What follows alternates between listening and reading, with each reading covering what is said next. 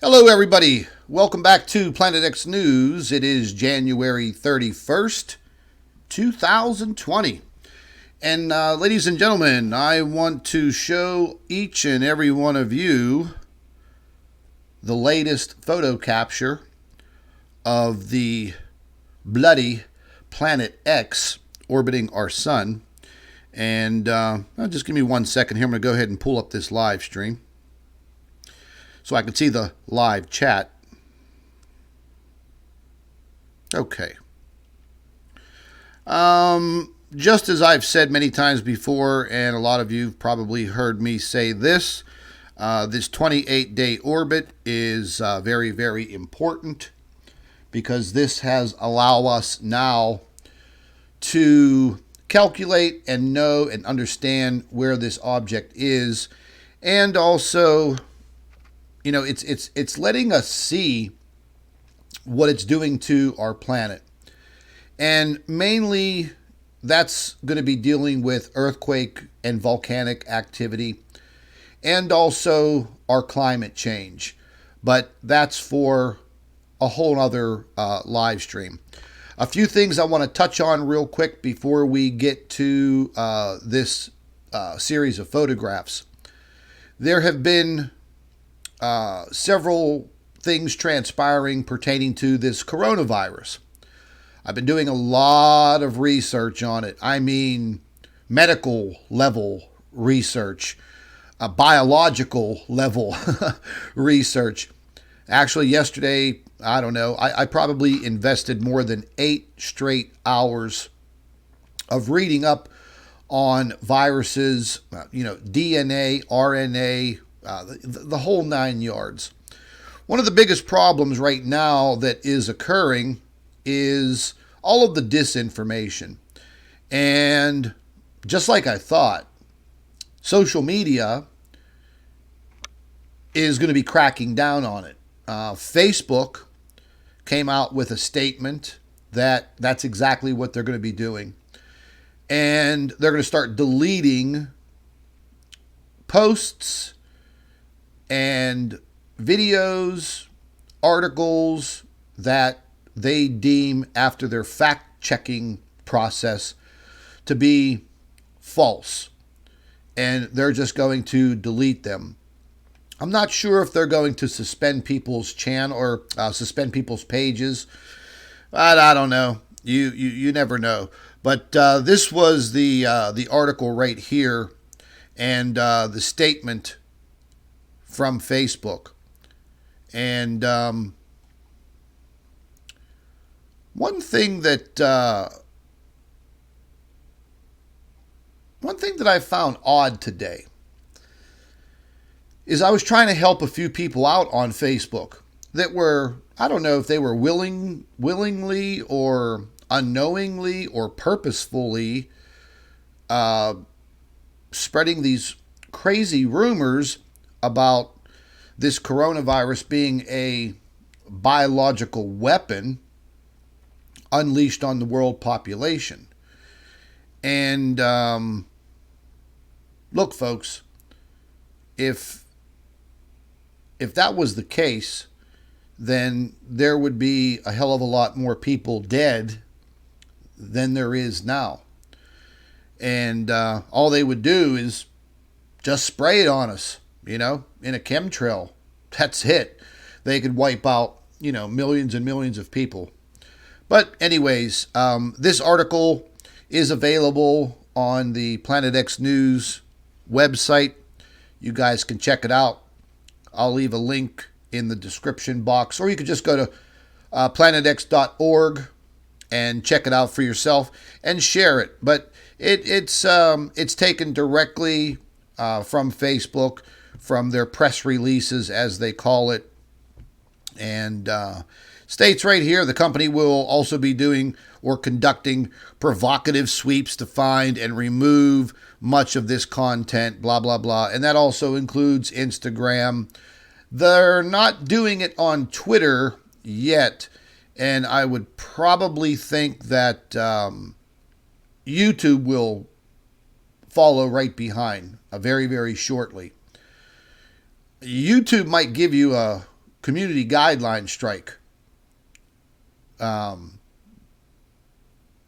much is probably a guarantee. But yeah, that I found that to be interesting. And here's another article. Social media posts spread bogus coronavirus conspiracy theory about the patents on the virus. And this is where I got into, a little bit of a shouting match on Facebook, just by correcting someone and saying that, yeah, these viruses have been patented, all of them, all viruses. If you're going to be working with them in a lab and you do discover something new, the reason why they have been patented is very simple.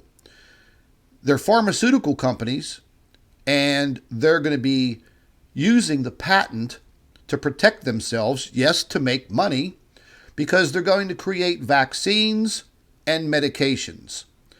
The patents are very limited in time. And yes, the coronavirus is not new. It's not new. It's been around for a long time. It's just the different strains of how these viruses mutate. And again, a lot of people putting a lot of information out there on social media. I'm going to be quite blunt, straight truth right now. These people don't know what they're talking about. After 8 hours of straight study yesterday, I was reading from Johns Hopkins Medical University. I was reading about all of the studies on viruses and reading about how they replicate. And I found it to be very, very interesting. Very interesting. Viruses are like little machines. They're completely different than a bacteria. And they're also much, much, much smaller than a bacteria. A bacteria multiplies like you would see a cell divide into 2, 4, 6, 8, 10, and so on and so forth. A virus, it's like a little photocopier, and it works completely differently. And how this actually works, how a virus actually works is, well, let's say you come in contact with it. Say you eat some infected food, whether it be this nasty bat soup that people are eating in China, whether you're eating infected mice, like you're seeing posts of people eating rather odd, sickening things, and the people are claiming that, this is how the virus got started. Well, that is possible. Those are very, very high possibilities. So say you invest or ingest the virus somehow, some way. Once it gets into your body, it literally searches out for a cell. One cell.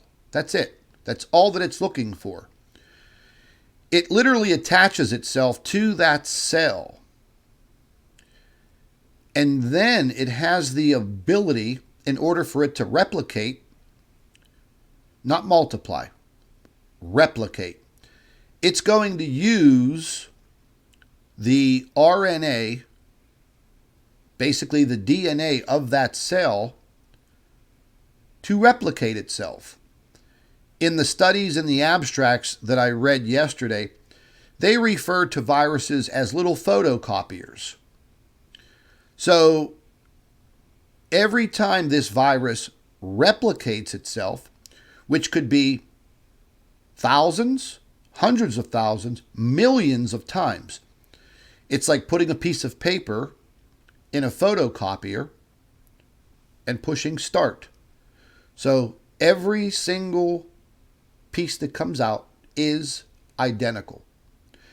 And then those little replicated or photocopied virus cells literally attach to another cell and another cell. And then, well, that's it. So that's how viruses work. That's how they become very, very deadly, more than bacteria. And the more and more that I read about this, the more and more I understood. So just for the sake of truth, the coronavirus has been around for a long time. Yes, it was patented by the United States government, but that was to make the vaccines for coronavirus strains that were discovered years ago. Same thing with the swine flu, and the same thing that they've done with other vaccines that they've made to help prevent people in the future from obtaining this virus. Viruses mutate in a very, very odd kind of mechanical way. You would really have to read about it. It is quite interesting. It's very, biological and scientific. Some of the information I had to actually read 3 times in order to kind of process it. But a lot of disinformation out there, folks. The virus is spreading. That's something that it's almost going to be impossible to stop. For what's happening in China, I'm seeing people posting things about them burning bodies in incinerators and all kinds of things. I don't know. All I know is I like to deal in facts. I don't like to deal in basically rumors. But I got blasted. Oh man, these people started blasting me on Facebook after I shared a couple of my articles. And that was mainly coming from the anti-vaxxer people, And I just let them keep filling up the comments section. It doesn't matter to me.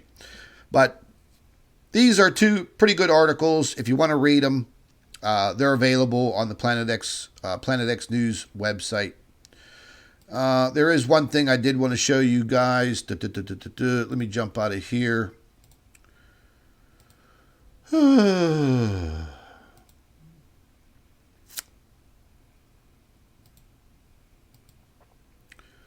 People can be just so damn nasty. This is from Johns Hopkins Medical University. They put this up a few days ago, and this is a live tracking map. And I was checking this out yesterday. Very, very, very good information. They have no reason to lie, no reason for conspiracy or anything like that. This website, this map is live. It is constantly being updated with information coming from around the world. And it allows you to track this information. So you can put your cursor right here in the middle of the map, and you could scroll backwards, and it will give you a wider view. And everywhere where you see red dots, those are cases. Now you could move over to the United States. You could zoom in a little bit. Got 1 case up here in Canada. 1, 2, 3, 4. 4 cases confirmed in the United States so far. 2 in Canada, Toronto, north of Vancouver. There's some charts and graphs over here to the left side.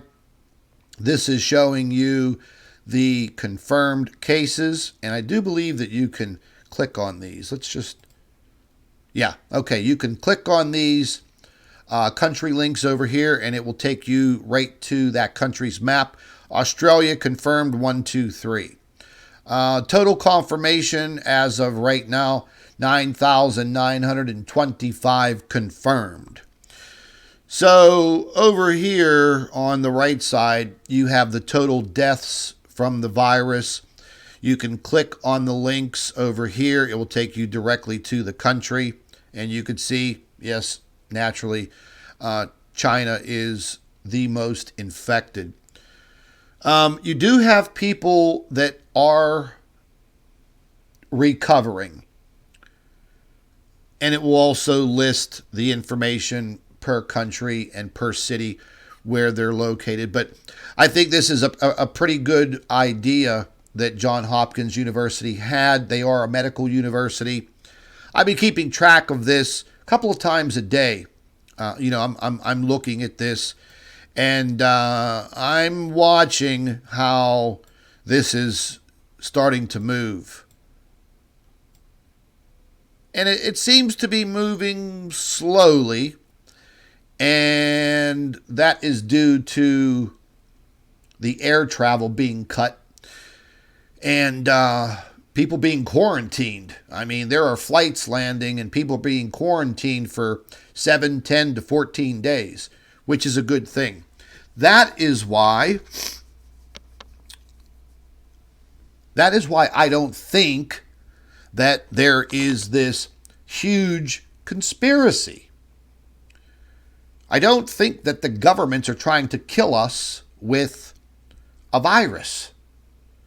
Because if they were, they wouldn't be quarantining flights. Do you see where I'm coming from? Okay, good. Look, I'm a conspiracy theorist also. I'm always looking for the conspiracy in things. But when we deal with something like this, folks, we have to kind of look beyond the conspiracy and go for the truth and try to obtain the facts. And if people get mad at you for speaking the truth, then they're fools. They're blind. They're not awake. So if you want to be a hardcore truther, search for the truth. You want to be somebody on, Facebook or YouTube or Twitter that is just looking for notoriety, then spread the fake news. But don't spread it around me, because I'll call you out, just like I called these people out today. And as soon as you call them out, they get mad, they get pissy with you, and the next thing you know, they start threatening you. But anyways, I'll put this link in the live chat. You guys can check it out.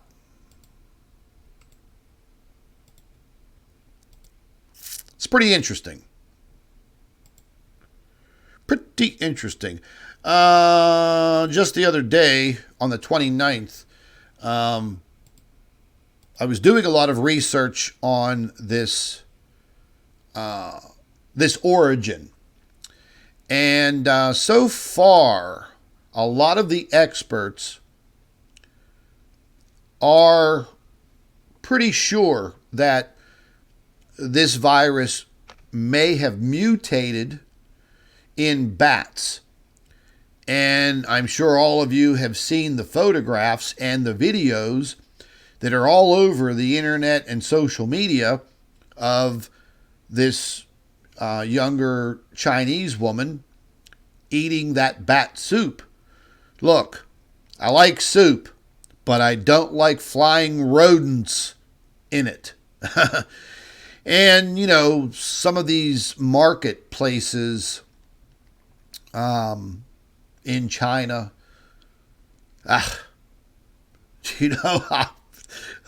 look, man,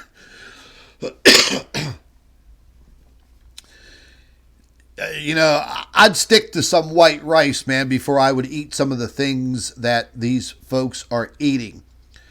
But when you mess around with, eating animals that are known to carry very bad viruses like bats, and these aren't your little average run-of-the-mill fruit bats.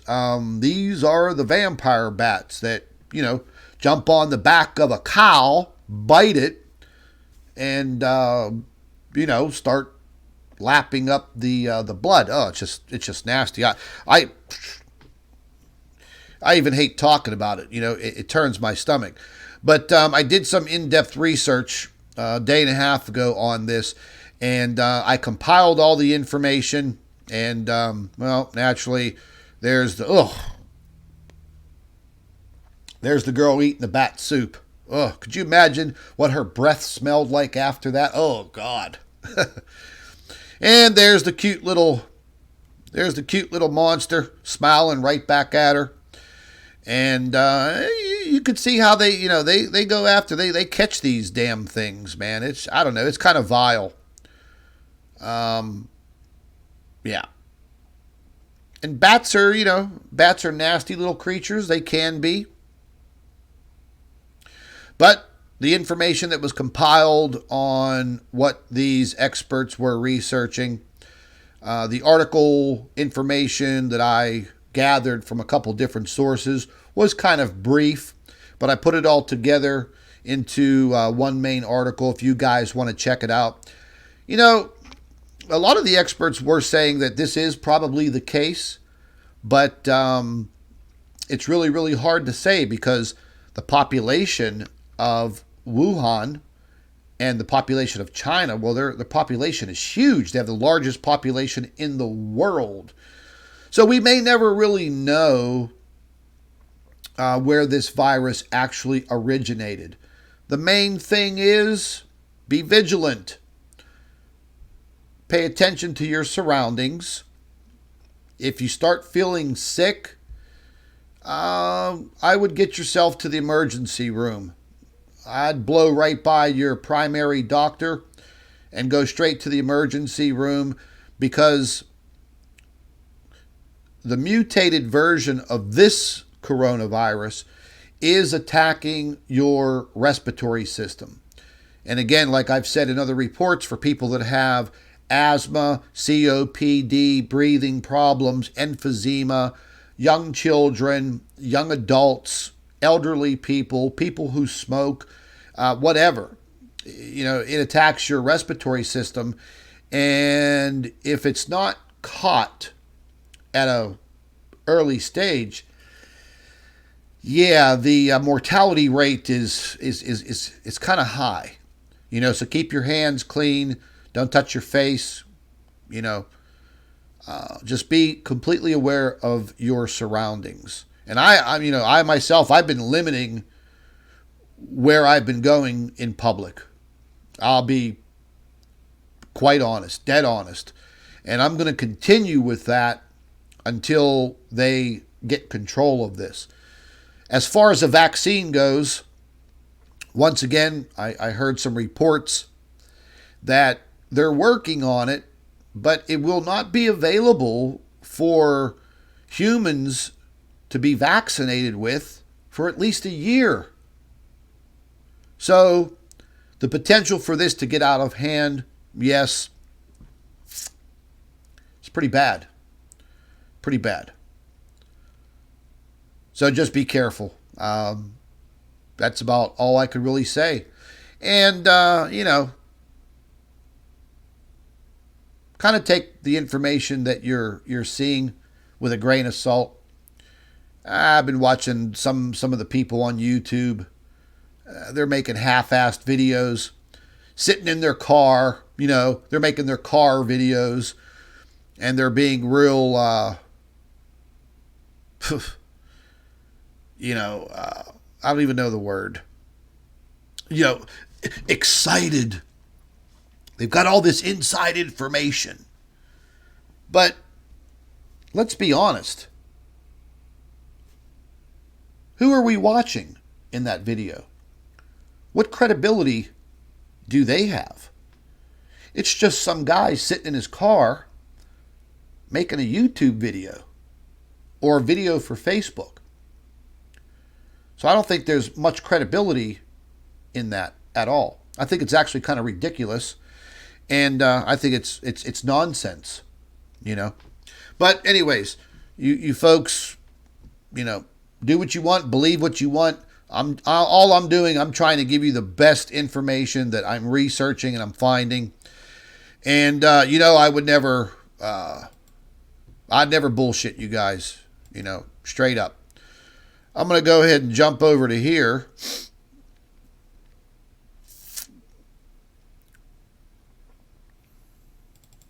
I want to show you guys this. There was a coronal mass ejection on January 29th. And as I've stated before in my past live streams just a few days ago, that we were going to be waiting for this coronal mass ejection. It would definitely happen between the 29th, 30th, or the 31st. Bingo. Right before this coronal mass ejection, both myself and Mark over at Wages World were both monitoring the sun. We were watching some things going on the SDO, the Solar Dynamics Observatory that monitors the sun. And I saw a very, very large plasma ejection around the 11 o'clock position on the sun. And I said to myself, ooh, there it is.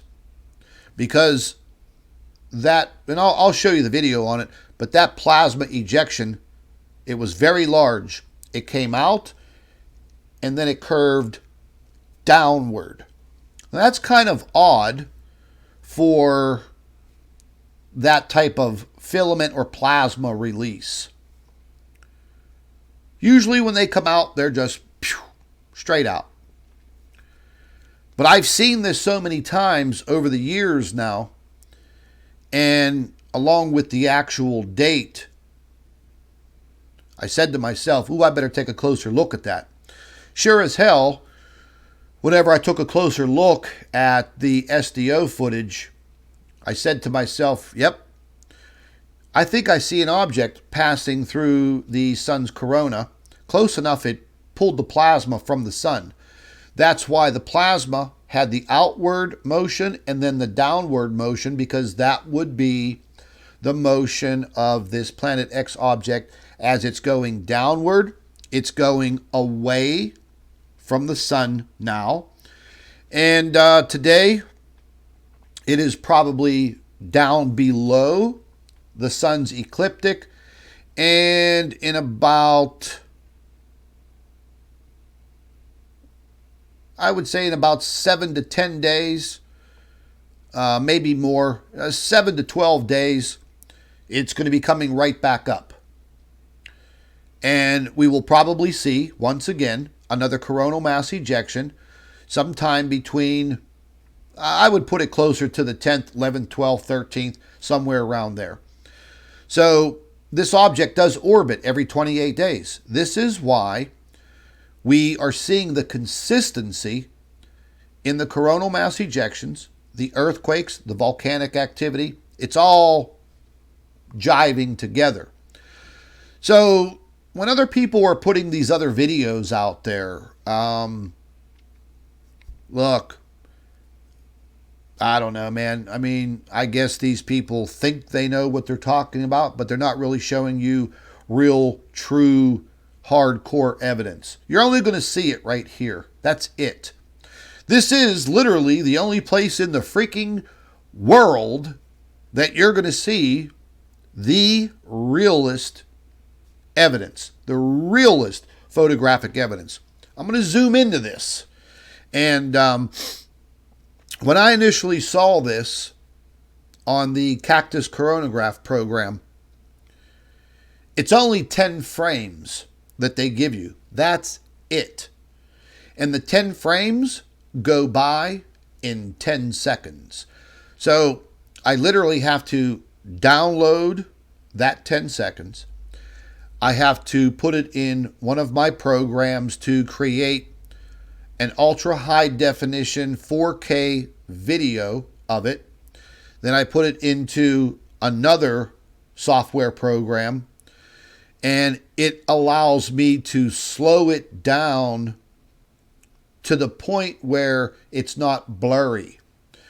You know, you could use common Microsoft Windows viewer video program. They do have a slow mode, 25, 50, 75%. You could slow it down. But whenever you do that in those cheap programs, it gets blurry and you really can't see anything. So you really need a really, really good movie making software program that will allow you to get into micro frames. And that's one of the techniques that I use. So once I isolated, because I saw this damn thing, when I slowed it down, look, it was the 29th. I already knew it was going to be there. As soon as I got a notification that there was a coronal mass ejection, I knew it. I did have to wait 24 hours in order for the data to catch up. Once the data caught up, bingo, man. That's it. So I went through my process, did what I had to do, and there you go, folks.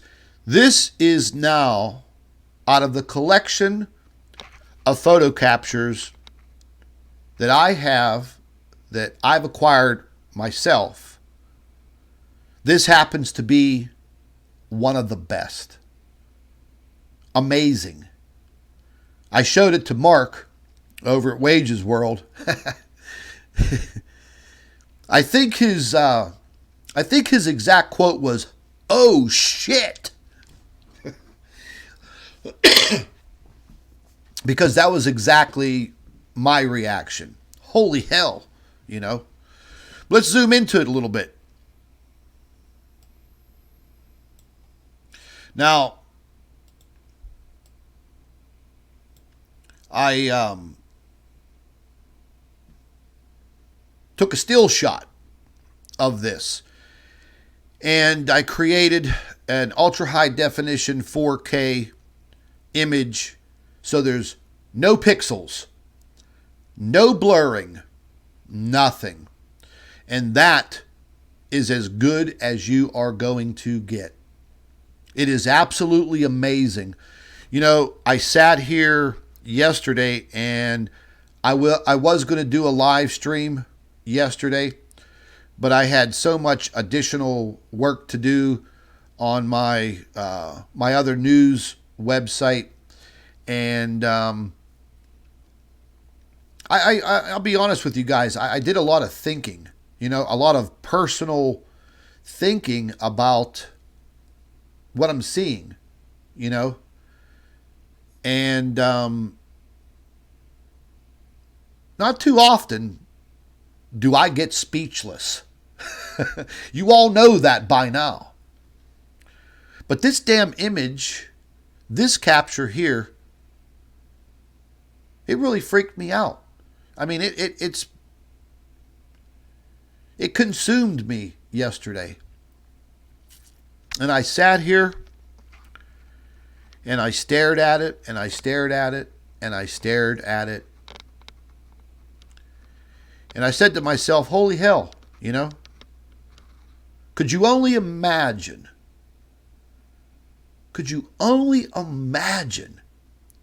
seeing this photograph in the mainstream media around the world? Billions of people seeing it for the first time. That will never happen. That will never, ever happen.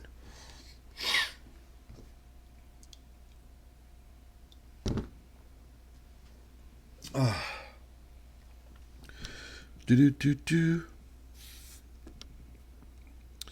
we'll take a look at some of the comments here.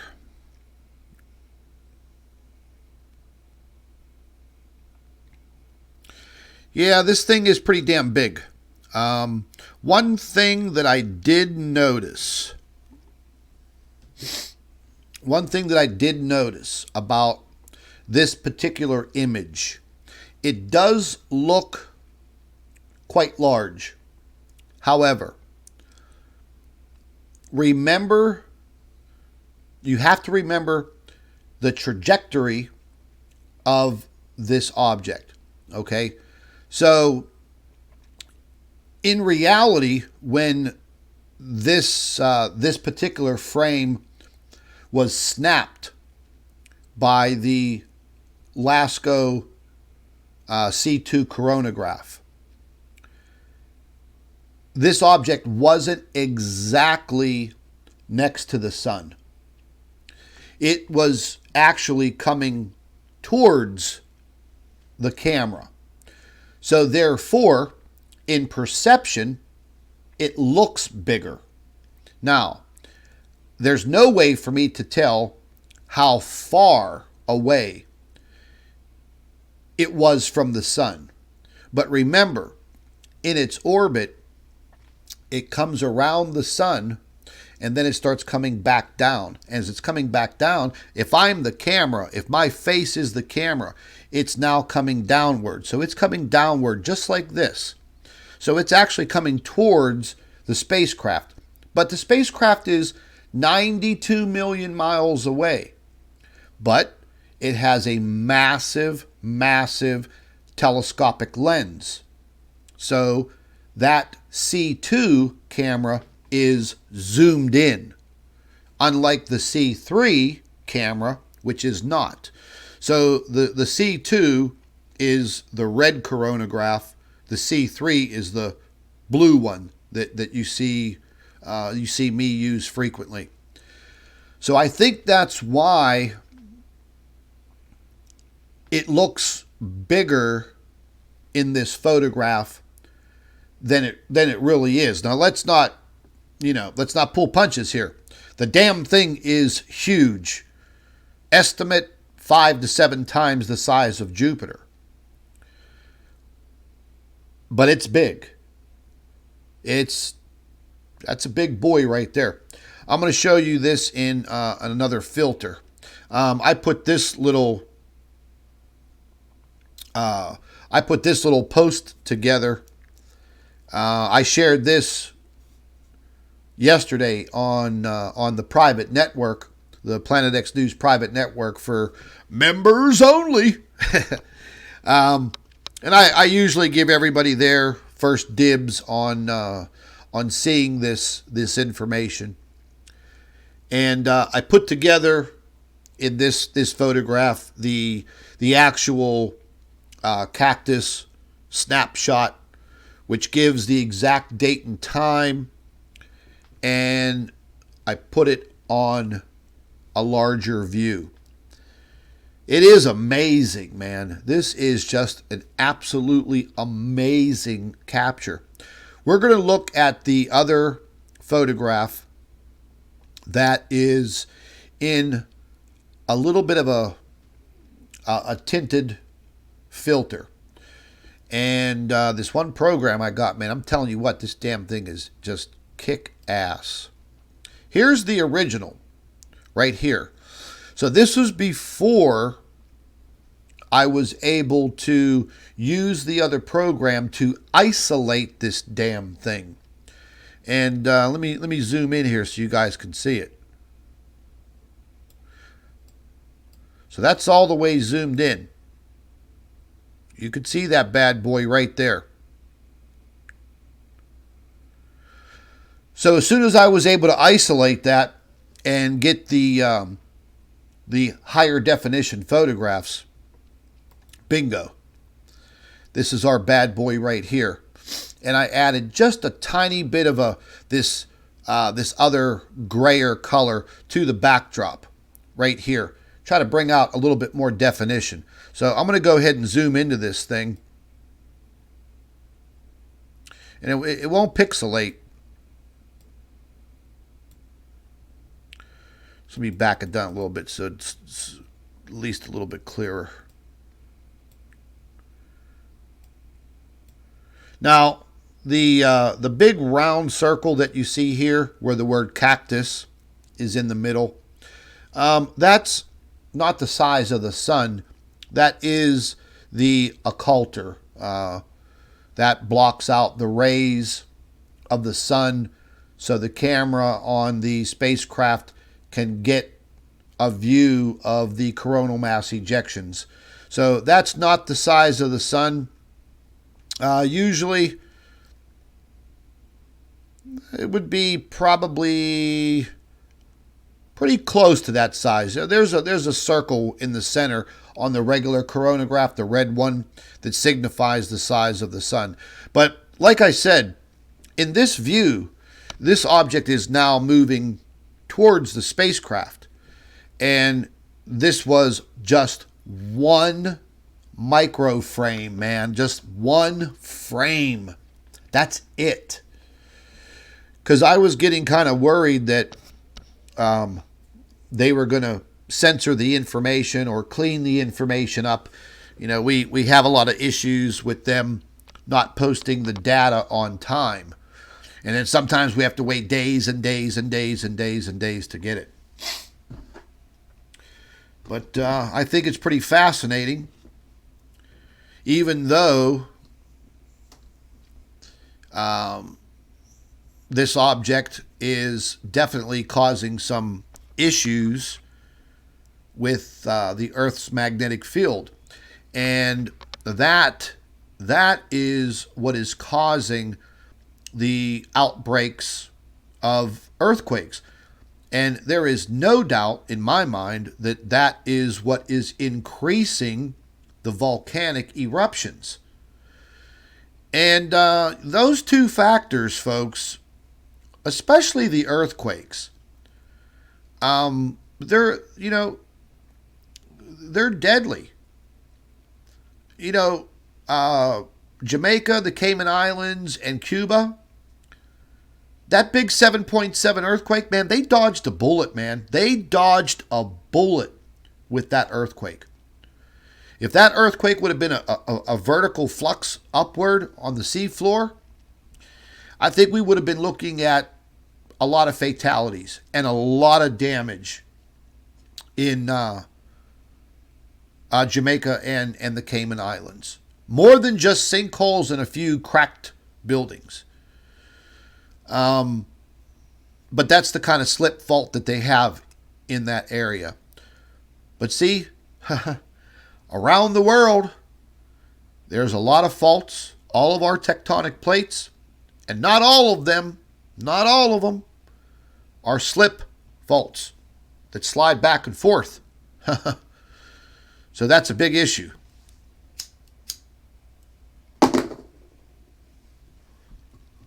I want to show you guys something. Let's jump out of here real quick.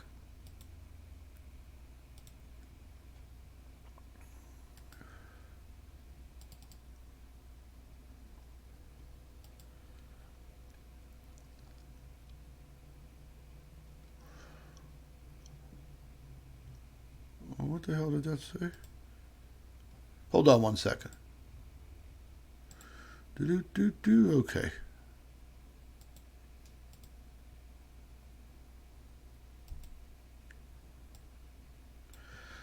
I recorded all this this morning, very, very early. This is our magnetosphere, and you guys are going to see some impacts coming in. And there you go. Boom. And just watch it. Just watch the impacts. You'll see three different versions of this. It's all the same.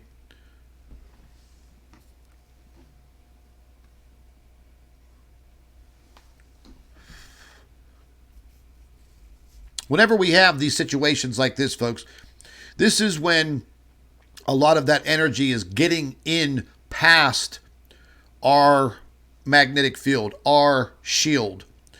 This impacts the Earth, and this does create the majority of the earthquakes, the bigger ones.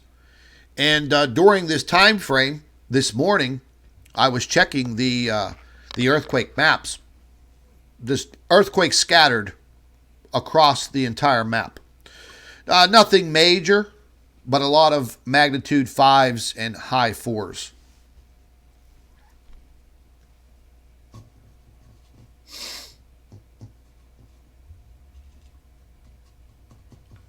Now, usually when we see situations like this, this does take sometimes 24 to 72 hours before these heavily charged particles that are breaking through. Usually takes a little bit of time for them to really sink in through the Earth's crust, through the mantle. And then shortly after that, we see the rise in seismic activity. Now, the other day when we had the magnitude 7.7, that was a little bit different because that was a direct strike from a bullseye coronal mass ejection that was pointed directly at the Earth. So a little bit of a different scenario there. That direct hit from a coronal mass ejection, that's going to cause seismic activity pretty much instantaneously, give or take a few hours, but it's going to happen. And it all depends on what part of the Earth was facing that coronal mass ejection at the time. And it's normally going to be somewhere around the equator. Okay, either just a little bit north of the equator or just a little bit south of the equator, because the Earth sits just below the sun's equator, and that coronal mass ejection came from that area. So right where it hit, it was a bullseye, and that's what created those two large earthquakes, the 7.7 and the 6.2 near the Cayman. And it hit right on that fault. What you're seeing here is the electron flux, and the dotted line is the satellite belt around the Earth. And you can see from the 29th how inflamed it was. The electron counts were very, very, very high.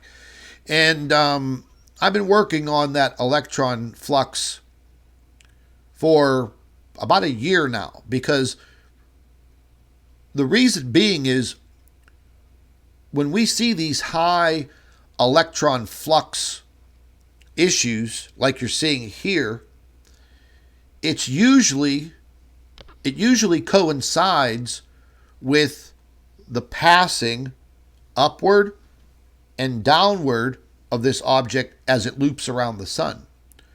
To me, all of my data proves that to be a fact. On the day of the magnitude 7.7 near Jamaica, there was a massive electron flux. Straight up. Within 2 hours, that massive earthquake struck. Coincidence? Don't think so. It's not what the data shows. And then the electron flux leveled out just a little bit, but then it spiked a little bit more.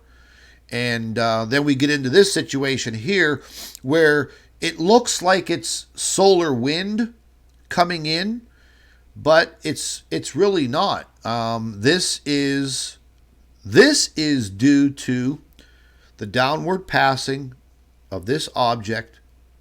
And if we go to the magnetosphere models right now, it's probably relatively calm.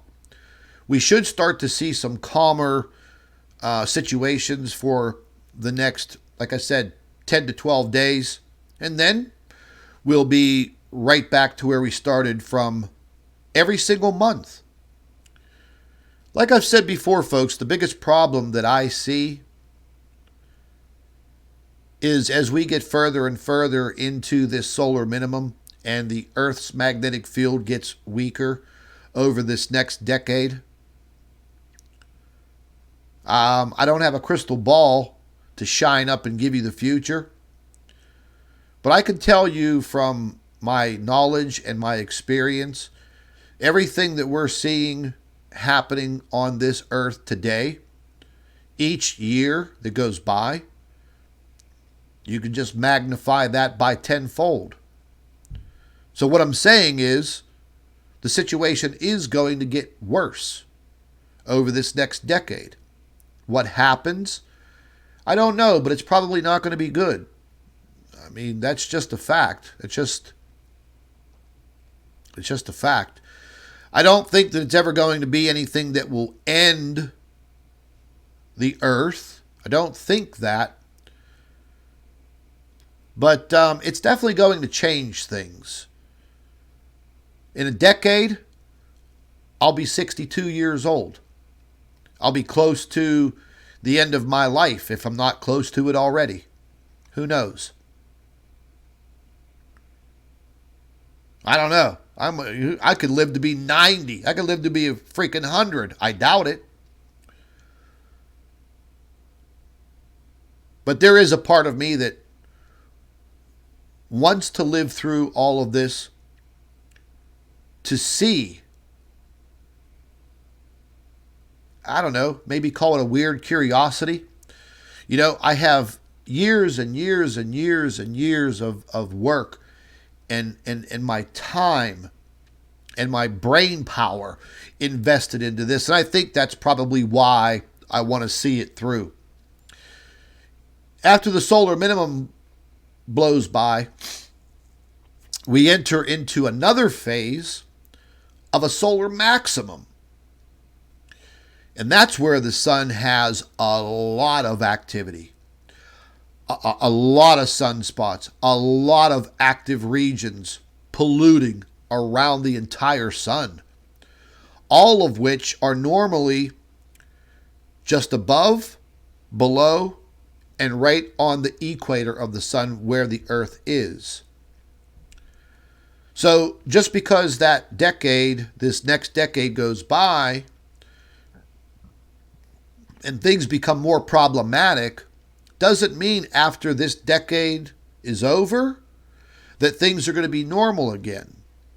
That is the furthest from the truth. Because during a solar minimum, we will be looking at much, much larger coronal mass ejections. I'm talking full-blown halo coronal mass ejections that will be 10, 50, 100 times more powerful than what we're seeing now. The only hopes is that the Earth's magnetic field holds up, because the Earth's magnetic field works off of the sun's magnetic field. So when the sun's magnetic field is weak, so is ours. So after the solar minimum is over and we go into a solar maximum, we could only hope that the Earth isn't that damaged. Our magnetic field isn't that damaged. It repairs itself. It heals itself.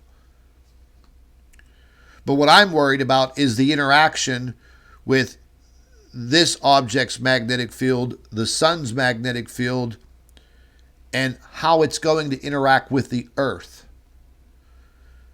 So that's 10 years from now. Anything could happen. Anything. It's just sometimes mind-boggling, you know. I'm going to show you this other quick video. This is what got me noticing and watching very carefully. If you watch up here, I slowed this down. This is in a high definition also. You're going to see the filament release in the plasma being pulled from the sun right here. And like I said a little bit ago, you're going to see that plasma being pulled off and then bending down. Well, this is where this object is passing right by and right through the sun's corona. And right after this piece of footage was captured, 1 hour later, on the Cactus program where we caught this object, that produced the larger coronal mass ejection, and it gave us the opportunity to see this object. So if you train your eye on that, if I tried to slow it down and go frame by frame, but it kind of gets lost in the darkness in the back because this is in extreme ultraviolet light at 181 angstroms. You could, I'm going to just jut back here for a second. You could barely see. I'll try to stop it.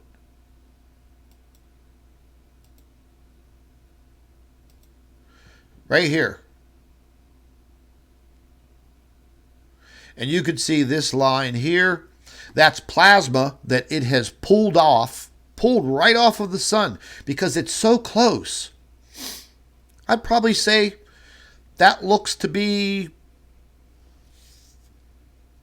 probably about 150,000 miles, maybe 200,000 miles from the sun. I know it doesn't look like it from your perspective, but considering the sun is 865,000 miles in diameter, that's a pretty good estimate. But you could see it right here. And when I start it, and you could see how it goes downward. And that's right in the same trajectory as the 28-day orbit on the 29th of January, as it's making its exodus and then dropping below the sun's ecliptic, the middle point. Now, this was the first version of the coronal mass ejection. They only gave, I think, just a few frames. And that's why I had to wait about 24 hours, because usually if I wait, I'll get more frames. I'll get more data. And I've learned to wait a day, sometimes even 2 days, before that extra data comes in. I don't know if it's the fact of them loading it or the fact of how it's transmitted back to the Earth. I don't really know, but I do know there are delays in it. And this was just showing you the coronal mass ejection from different perspectives. Not going to really see much from here. You're not going to see the object from here because of the view. But once I saw the update on the cactus, I said to myself, holy shit, there we go. Right on time. Right on time, man. Now, here on the stereo core 2, you could see a little bit, but not much. It's very highly pixelated and a lot of interference. But this short video piece here from the SDO, I've seen this many times before, and this tells me to be on the lookout. And sure enough, 2 hours later, bingo, it was right where it was supposed to be. Now, some people will argue and they'll say, oh, that was nothing more than, a plasma release or a filament release. But if it was, well, why would it be making such a sharp turn downward? Doesn't work that way, folks. If it was just a natural plasma release or a filament release, it would just go straight out and disappear into space. But this is different. This is a very large object passing very close to the sun and within the sun's corona. And it is disturbing the corona as it literally pulls plasma from the outer surface of the sun, therefore creating the visual that you're seeing right on your screen. It's not rocket science. It's not rocket science. It's Planet X science. I'll let you see it a couple more times. Pretty amazing, man. Pretty amazing that this object is able to do that. That is telling me that it definitely has a very, very strong magnetic field. In order for it to pull plasma from the sun, it definitely has to have a very strong magnetic field. I believe its strong magnetic field is due to the fact of its very, very fast rotation on its axis, just like the Earth. We spin about 1,000 miles an hour. I think this object probably spins, who knows, 5 times that speed. That's one thing that we don't know. We don't know how fast it rotates. We probably will never know that.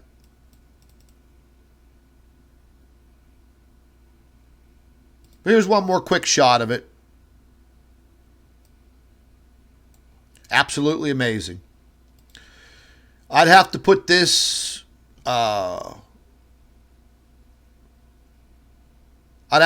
photo capture definitely in the top 5. No doubt. Still has me speechless. And then you have all of the people out there that still debate that this is nothing more than a conspiracy. But yet, every month, twice a month, for years, I've been showing the world, well, a small part of it, the proof, the evidence.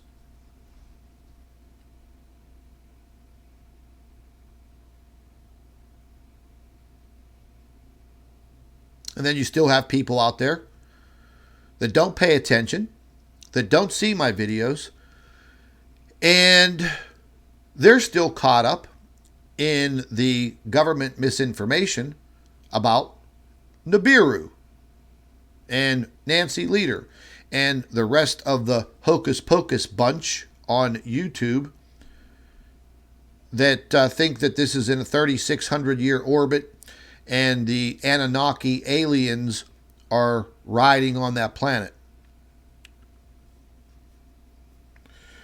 But anybody that watches this channel and follows this information right here, you know that is a bunch of BS. The earliest that I think this object came in and was captured by the sun's gravity was probably around 2007, if not earlier. The only video photographic evidence that I have dates back to 2007.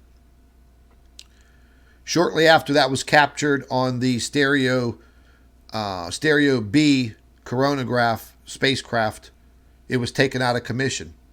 We don't have access to it anymore. And I think the reason why is because with the Stereo A spacecraft to the left of the Earth and the Stereo B spacecraft to the right of the Earth, we would have had a triangulated view constantly. We would have been able to see this object not twice a month, but probably all of the time. And then somebody like me was bound to see it, bound to discover it, and disclose it. And there we are. So the 28-day orbit speaks for itself. Once again, almost 3 years of my work trying to prove it. And I think by now it has proven itself. On target, baby. Right on the money. Look, folks, I'd appreciate all of you, sharing the video. And all of you should know. All of you should know the dynamics of this by now. If you've been listening to me for at least a year or less, you should know the truth. You should be out there helping others understand that it's not Nibiru. It's not on a 3,600 year orbit.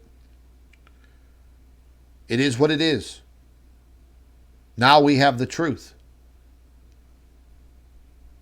That's what means the most. The truth. And we see what's happening to our planet. We see the changes. And that's what's more critical at this point in time. Because all of these events that occur, whether they be volcanoes, earthquakes, tsunamis, the very, very serious climate change, remember one thing. When these things occur, which are much more frequent now, people lose their lives. People lose their homes. People lose everything they have. That's the sad part. And unfortunately, that's the part that we cannot control. But we can help others by educating them the best that we can. And not delve out lies and fake stuff. This is real life. It's not just a YouTube video. Just not some guy on YouTube showing you wacky pictures. You're looking at real life. And again, I think everybody in the world should know about this. I think everybody in the world should have a chance to understand it. Be prepared up here. But that's never going to happen. Never going to happen. And that's sad. Very, very sad. Well, I have a few more minutes left. If anybody has any questions for me in the live chat, I'd be more than happy to answer them. And then I'm going to get back to work on more research. Any questions? Who's got questions?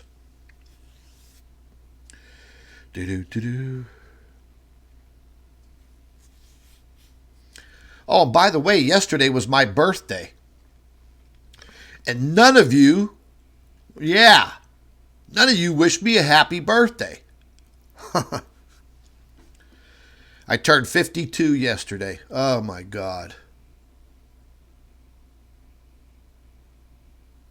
It's a terrible day.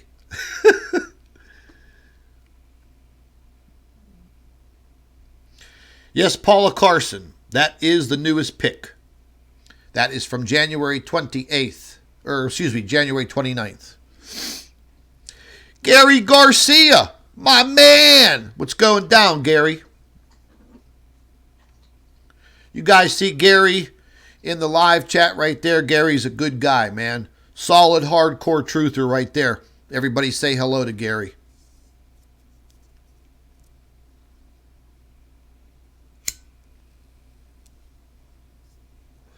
Who we got in here? We got Sabrina. How you doing, Sabrina? Just saying. Just saying. Thank you for the happy birthday wish. We got Dev Star, Greg Swain, Bill Holmes. What's happening, Bill? What's happening, Holmes? Yeah, I didn't even get a birthday cupcake. Nothing. Didn't even go out for my birthday because I was afraid of coming in contact with the damn coronavirus. Or somebody coughing and hacking all over the place.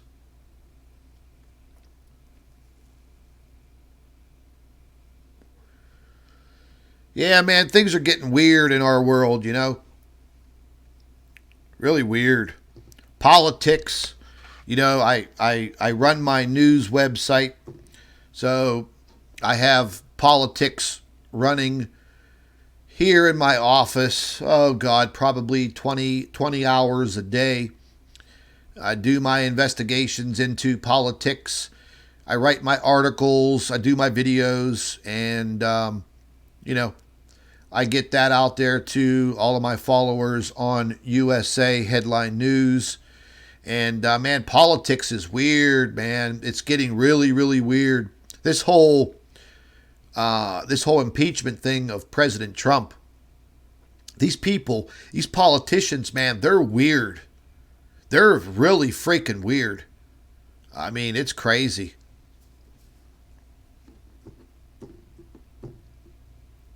It's actually sickens me that this is all happening in our country. You know, for once now in a long time, the United States is really getting better for everybody living here. You know, the economy and things are loosening up. Then you got these whack jobs in the other side of the government that want to destroy it all. They call them the deep state. And they want to put all of us in deep shit. Hopefully that won't happen.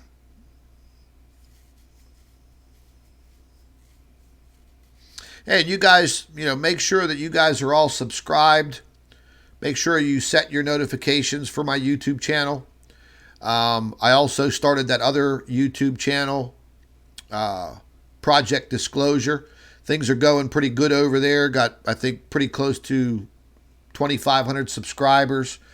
And I have a few things on my agenda for that channel. Some subjects I'm going to be getting into. They gave me my live streaming capabilities over there, so I'm going to be delving into some things as soon as this impeachment crap is over, because this has been taking up a lot of my time. Listening to these bozos in this impeachment trial, taking notes, writing articles, gathering information for my other website takes a lot of my time, man. Like 12 hours a day, literally. It's starting to get on my damn nerves. Jan Barrett, thank you very much for the happy birthday. All of you, thank you very much. I really appreciate it. I wish we could all go out and have some birthday drinks and have a good time, but I don't drink anymore. Thank God.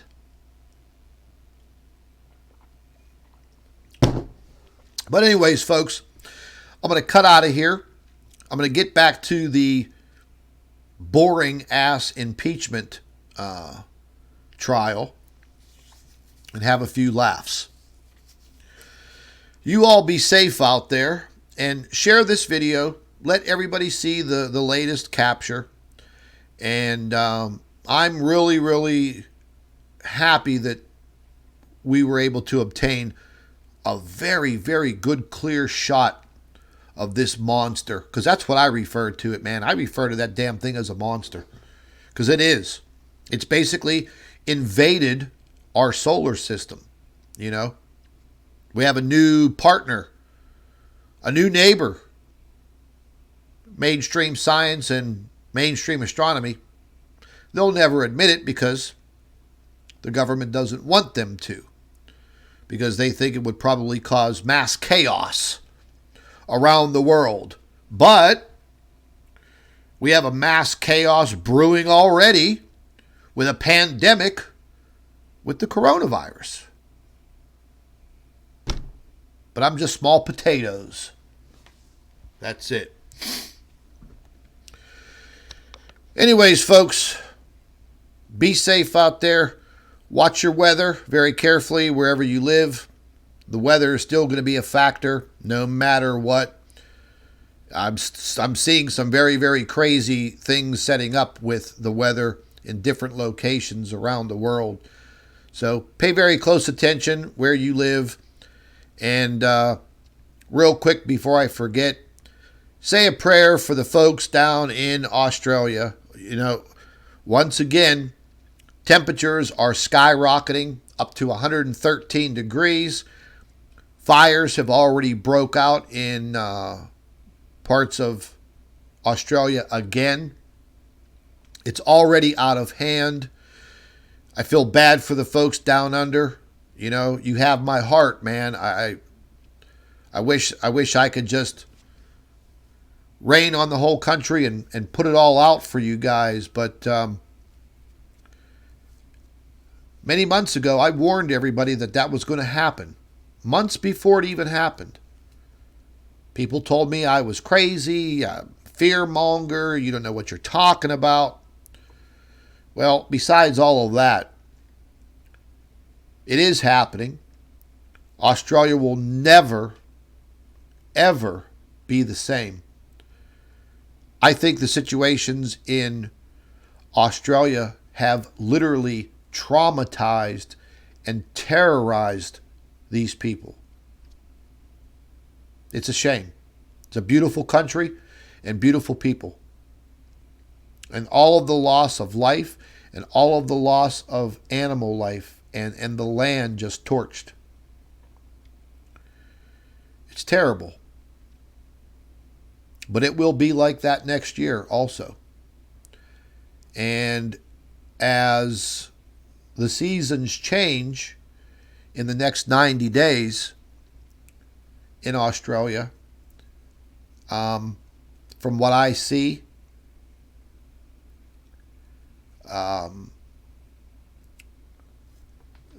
things are going to flip around. And they're going to have so much rain.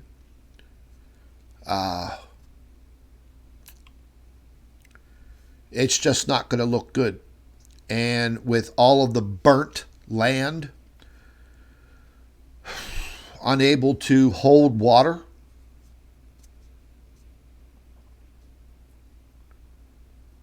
we're going to see some pretty devastating situations arise.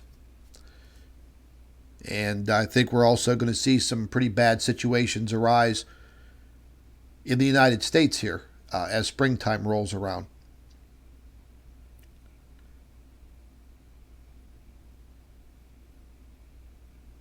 It's going to be probably worse than it was last spring. We're definitely going to see a lot of flooding in the central part of the United States. I think it's going to be twice as bad as it was last year. The way things are setting up with the jet stream. And that's going to destroy crops. And that's going to affect food shortages. So this is what I mean by education, folks.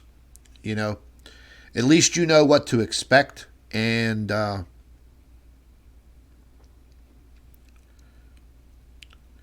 least you have time and the knowledge to prepare. I think that'd be the smart thing. But anyways, I'm making myself a little sad. So I'm going to cut out of here. I'm going to get back to my politics. Do me a favor. Share the video for everybody to see. And I'm going to keep up on the information on the coronavirus. Watch for the spread of disinformation, people. Don't be afraid to call people out. You all have a backbone. You're all hardcore truthers. Let people know it. Alrighty? Take care, folks. Be safe.